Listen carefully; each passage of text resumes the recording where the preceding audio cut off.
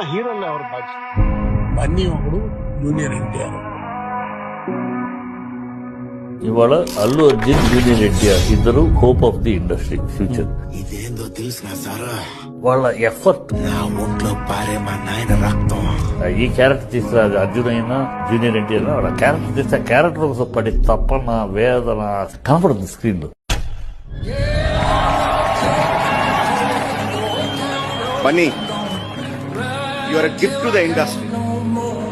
Torch bearers అంటారు కదా, అలాంటి వాళ్ళలో ఎన్టీఆర్ ఒకడు. ఇతను ఒక టార్చ్ బేరర్ అనిపిస్తున్నాడు.